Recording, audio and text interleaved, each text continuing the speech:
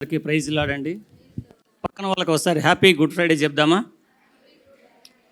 దేవుడిచ్చినటువంటి అవకాశాన్ని బట్టి వందనములు. యోగ్యత లేని నన్ను యోగ్యునిగా, అర్హత లేని నన్ను అర్హంగా చేసుకున్నటువంటి దేవాది దేవునికి, అవకాశం ఇచ్చినటువంటి సంఘ కాపరికి, వారి కుటుంబానికి, ముఖ్యంగా నా ప్రియమైన సంఘానికి కృతజ్ఞతలు చెల్లించుకుంటున్నాను. ఇంతవరకు గడిచిన 4 మాటల గురించి మా సహోదరులు చాలా చక్కగా వివరించారు. నేను 5వ మాట చెప్పే ముందు గోల్గొతా కొండలో ఏం జరిగిందనే విషయం గురించి చెప్పిన తర్వాత మీకు ఆ విషయాలు చెప్తాను. ఏం భయపడద్దండి, within the time finish చేస్తాను. ఎవరైతే ఇట్లా ముఖం పెట్టుకుంటారో 5 నిమిషాలు ఎక్కువ చెప్తా. నేను ముందే చెప్తున్నా, బేసికల్గా 1/2 అవర్ కంటే తక్కువ మెసేజ్ చెప్పలేను నేను. బట్ ఈ టైం వాతావరణం చూసి 15 నిమిషాల్లో ఫినిష్ చేస్తా. నాకు సంబంధం లేదు, సమాప్తం అయిపోయిందని చెప్పినారు కదా అనుకుంటే ఇంకా సమాప్తం అవ్వలేదు.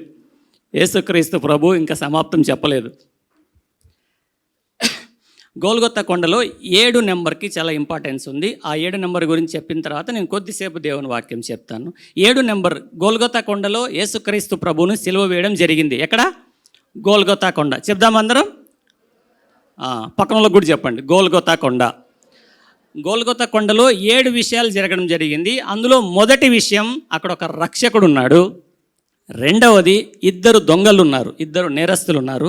మూడవది, అక్కడ 3 సిలువలు ఉన్నాయి. ఒకటి అంగీకరించబడినటువంటి సిలువ, అంటే కుడి పక్కన ఉన్నటువంటి దొంగ. తృణీకరించినటువంటి సిలువ, ఎడమ పక్కన ఉన్నటువంటి వ్యక్తి. మధ్యలో ఒక సిలువ ఉంది. ఆ సిలువ ఎవరంటే విమోచించబడినటువంటి సిలువ. 4వది, యేసుక్రీస్తు ప్రభు వస్త్రము 4 భాగాలుగా విభజించడం జరిగింది అక్కడ. 5వది, యేసుక్రీస్తు ప్రభు సమస్త మానవాళి కోసం పంచగాయాలు తినడం జరిగింది గోల్గొతా కొండ పైన. 6వది, 6 గంటలు యేసుక్రీస్తు ప్రభు సిలువలో మండు టెండలో ఉన్నాడు. ఎక్కడున్నాడు? 10 ఏసీల మధ్య కాదు, 20 ఫ్యాన్ల మధ్య కాదు. ఎక్కడున్నాడు? మరి మీరెట్లున్నారు? అప్పటి నుంచి చూస్తాను అందరూ ఇట్లా ఇట్లా ఇట్లా. ప్రియ సంగమా, నవ్వుతున్నారు కానీ యేసుక్రీస్తు ప్రభువు 17 గంటలు నరకయాతన అనుభవించినాడు. 17 గంటలు. ఎస్పెషలీ సిలువలో 6 గంటలం జరిగింది. 6 గంటల సేపు యేసుక్రీస్తు ప్రభువు అక్కడ నరకయాతన అనుభవించడం జరిగింది. 6 గంటల సేపు 7 మాటలు చెప్పడం జరిగింది. ఎన్ని మాటలు? 7 మాటలు. ఆ 7 మాటల గురించే ఇంతసేపు మనము 4 మాటలు నేర్చుకున్నాము. ఈరోజు 5వ మాట నేర్చుకున్నాము. చూడండి, ఒక రక్షకుడు, 2 దొంగలు, 3 సిలువలు, 4 భాగాలుగా వస్త్రాలు తీర్చడం జరిగింది. 5 పంచగాయాలు తీసుకున్నాడు. 6 గంటల సేపు మన కోసం అక్కడ నరకయాతన అనుభవించడం జరిగింది. 7 మాటలు చెప్పడం జరిగింది. 7 మాటల్లో మనం 5వ మాట గురించి నేర్చుకుందాము. నేను దప్పిగొనుచున్నాను. ఎంతమంది దప్పిగొనుచున్నారు? చేతుద్దామా? దేవుడు మిమ్మల్ని అందరినీ దీవించును గాక. ఎంతమంది మీ దగ్గర బైబిల్ ఉన్నాయి? ఒకసారి తీసి చూపిద్దామా? దేవుడు మిమ్మల్ని దీవించును గాక. తెచ్చుకొని వాళ్ళు చూపించద్దండి, వాళ్ళని కూడా దేవుడు 2 తెచ్చుకునేలాగా దీవించును గాక. దయచేసి మీ బైబిల్ అందరూ మూసేసుకోండి. నేను వాక్యం చెప్పేటప్పుడు ఎవరు చూడొద్దండి, ఎవరు కూడా చదవద్దండి. నేను చదువుతాను. ఎందుకంటే ప్రపంచంలో ఎక్కడ లేని భక్తి ఇప్పుడే వస్తుంది. చదివినప్పుడే పై వాక్యం, కింద వాక్యం, పక్క వాక్యం. ఇంట్లో ఏమాత్రం చదవరు, ఈడే భక్తి వస్తుంది. కాబట్టి ఎవరు చదవద్దండి. ఇది నా రిక్వెస్ట్. నేను ఎప్పుడు ఎక్కడికి వెళ్ళినా ఇదే చెప్తా, ఎవరు చదవద్దండి. చూడండి, భూమి ఆకాశంలో సృజించింది ఎవరు? హలో, 4 వాక్యాలు బాగా విన్నారు. That's relax time. చాలు, ఇప్పుడు మీరు మాట్లాడే సమయం. 5వ మాట మీరే చెప్పాల్సింది, నేను కాదు. భూమి ఆకాశాలను సృజించింది ఎవరు? దేవుడు. జలమును, నదుల్ని, సమస్తాన్ని సృష్టించింది ఎవరు? దేవుడు. ఎర్ర సముద్రాన్ని 2 పాయలుగా చేసింది ఎవరు? మారాన్ని మధురంగా చేసింది ఎవరు? అరణ్యంలో నీటిని పుట్టించింది ఎవరు? Very good. ఈ భూమి మీద సమస్త మానవాళికి దప్పిగొని ఉంటే నా దగ్గర రండి అని చెప్పింది ఎవరు? హాగరు తన కూలుకు చనిపోతుంటే నీటినిచ్చి ఈ రోజు వరకు కూడా నీటినిచ్చింది ఎవరు? దేవుడు. ఏ దేవుడు? ఈ సిలువలో చెప్తున్నాడే నేను దప్పిగొన్నానని ఆ దేవుడే ఇవన్నీ చేస్తున్నాడు. యోహాను సువార్త 7వ అధ్యాయం 37వ వాక్యంలో దేవుని వాక్యం సెలవిస్తుంది. ఎవరైతే దప్పిగొని ఉన్నారో, మా తల్లి వద్దుమ్మా, ఏం కష్టపడద్దు, విను. ఎవరికి వాక్యం కూడా చూపించద్దు, విను, పర్లేదు.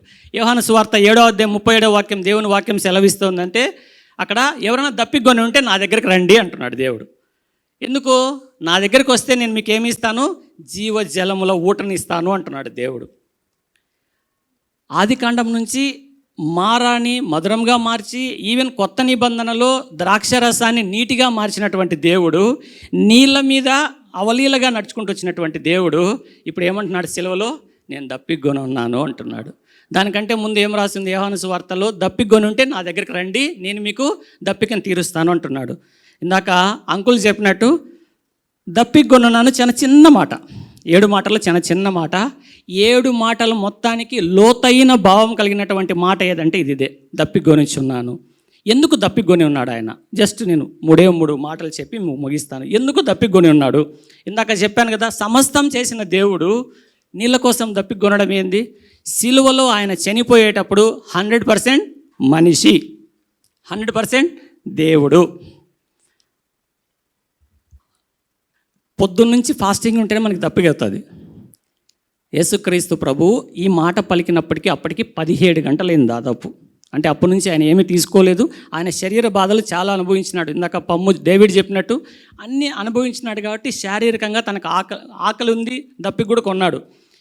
పాత నిబంధనలో చూస్తే కీర్తనల గ్రంథం 22వ అధ్యాయం, కీర్తనల గ్రంథంలో 37వ అధ్యాయంలోను, 33లోను, తర్వాత యెషయా గ్రంథం 53వ అధ్యాయంలోను, కీర్తనల గ్రంథం 109వ అధ్యాయంలోను, జకర్యా గ్రంథంలోను, ఆమోసు గ్రంథంలోను.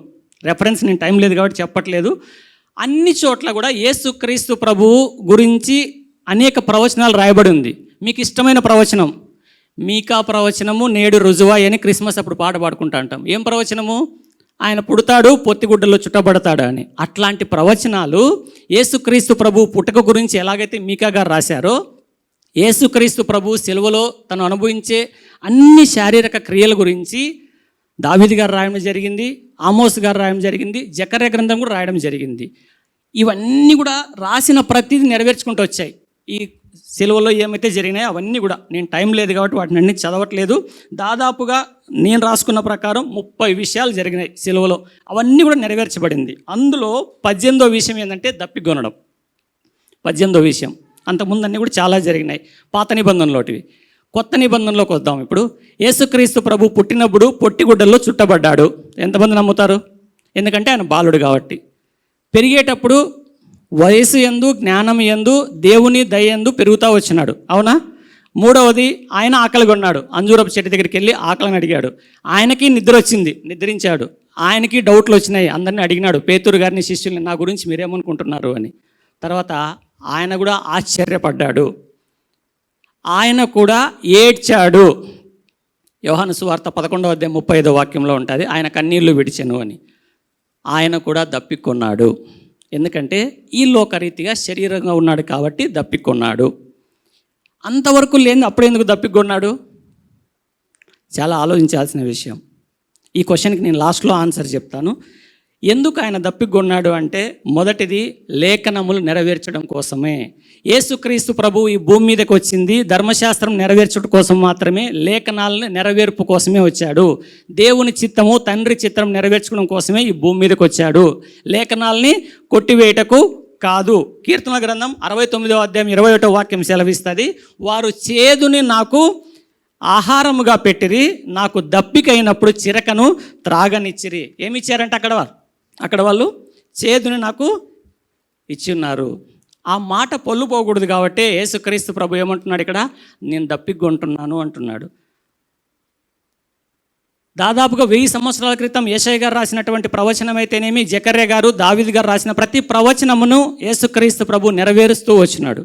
చాలామంది మన మధ్య ఆదివారం రాగానే, సంఘంలోకి రాగానే, ప్రభువా నీ కోసం ఇది చేస్తాం అని అన్నీ మనం వాగ్దానాలు తీసుకుంటాం, వాగ్దానం చేస్తాం. కానీ బయటికి వెళ్ళిన తర్వాత మన పరిస్థితులు రాగానే ఏం చేస్తాము? వాక్యం పక్కన పెడతాం. యేసుక్రీస్తు ప్రభు అంత కష్టంలో కూడా, శ్రమల్లో కూడా, తండ్రి నీ చిత్తాన్ని నెరవేరుస్తాను, నీ వాక్యాన్ని నెరవేరుస్తాను నిలబడినటువంటి వ్యక్తి అక్కడ.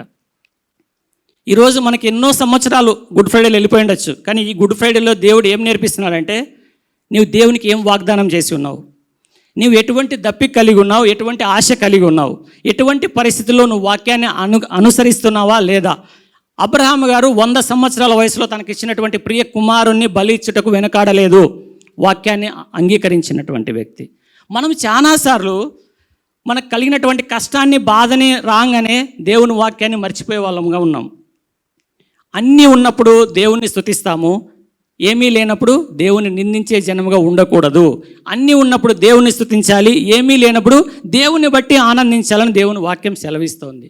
యేసుక్రీస్తు ప్రభు ఎందుకు వచ్చాడు ఈ లోకానికి, సిలువలో ఎందుకు దప్పికొన్నాడంటే లేఖనాలు నెరవేర్చుటకు. రెండవదిగా నా పాప దాహమును తీర్చుట కొరకు. ప్రియ సంగమా, ఇక్కడ చాలామంది కూడి ఉన్నారు. అనేక మంది వారి యొక్క ధనదాహంలో ఉన్నారు, శరీర దాహాల్లో ఉన్నారు, వారికి ఉన్నటువంటి అధికార దాహంలో ఉన్నారు, శరీర ఆశల్లో జీవించే వాళ్ళు ఉన్నారు. కానీ దేవుడు ఇక్కడ దాహం అంటోంది వాటర్ గురించి కాదు. గుర్తుపెట్టుకోండి, ఆయన వాటర్ గురించి మాట్లాడడం లేదు ఇక్కడ. ఆ దాహం దేన్ని గుర్తు చేస్తుందంటే నా పాప దాహాన్ని తీర్చడం కోసమే యేసుక్రీస్తు ప్రభు దాహం అనే మాటను వాడుతున్నాడు అక్కడ. ఈరోజు అనేక మంది ఇందాక వాక్యం చెప్పినట్టు ఇక్కడ వాక్యం వింటాం, బయటికి వెళ్ళిన తర్వాత మన శరీర ఆశల్ని, మన యొక్క కోరికలు నెరవేర్చుకుంట కోసం ఎటువంటి దాహం నువ్వు కలిగి ఉన్నావు? దేవుడు అంటున్నాడు ఈరోజు, నీ కోసం నేను నిత్య జీవం ఇచ్చుటకు, నిత్య జీవం ఇచ్చే నీళ్ళు ఇచ్చుటకు ఈ భూమి మీదకి వచ్చినాను కాబట్టి నువ్వు ఆ పాప స్థితి నుంచి బయటికి పడగలుగుతావా? ఈ క్షణమే నా దగ్గరికి రా అంటున్నాడు యేసుక్రీస్తు ప్రభు. మూడవది, నిత్య నరకములో నేను దప్పిక అని అనకూడదు కాబట్టి యేసుక్రీస్తు ప్రభు సిలువలో దప్పికొంటున్నాడు.